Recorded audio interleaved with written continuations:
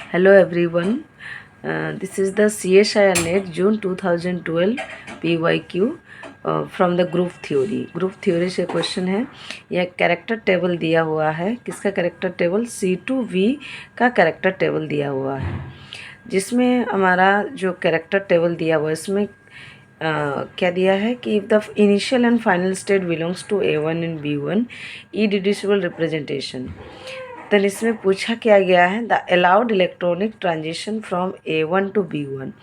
A1 to B1 में allowed electronic transition क्या होगा?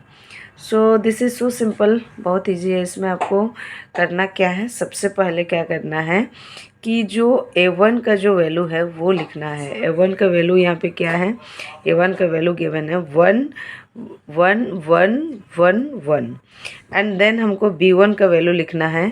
B1 का वैल्यू क्या है? B1 का वैल्यू है 1 -1 1 -1.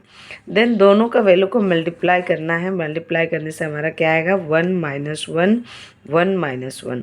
तो ये जो वैल्यू है 1 -1 1 -1, ये कौन सा ग्रुप से है? 1 -1 1 -1. ये हमारा B1 से बिलोंग्स करता है. और B1 में हमारा क्या प्रेजेंट है? X प्रेजेंट है. इसका मतलब जो भी हमारा अलाउड इलेक्ट्रॉनिक ट्रांजिशन है वो हमारा X पोलराइज्ड है. या ऑप्शन क्या है? Z पोलराइज्ड नहीं, Z पोलराइज्ड नहीं होगा. अगर हमारा आंसर ये 1 1 1 1 आता देन हम उसको बोलते कि Z पोलराइज्ड.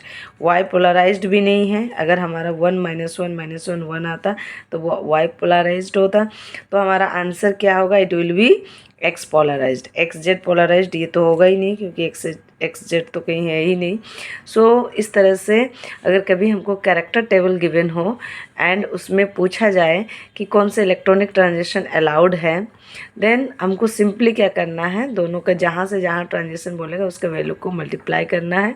फिर देखना है कि वो कौन से ग्रुप में लाइज कर रहा है और उसमें XYZ कौन लाइज कर रहा है. अगर X में लाइज कर रहा है देन X पोलराइज्ड, Y में लाइज कर रहा है then Y polarized, and Z में लाइज करेगा देन Z पोलराइज्ड. और अगर किसी में नहीं लाइज करेगा, सपोज A2 उसका आंसर आता है, देन इट विल बी फॉरवर्डन.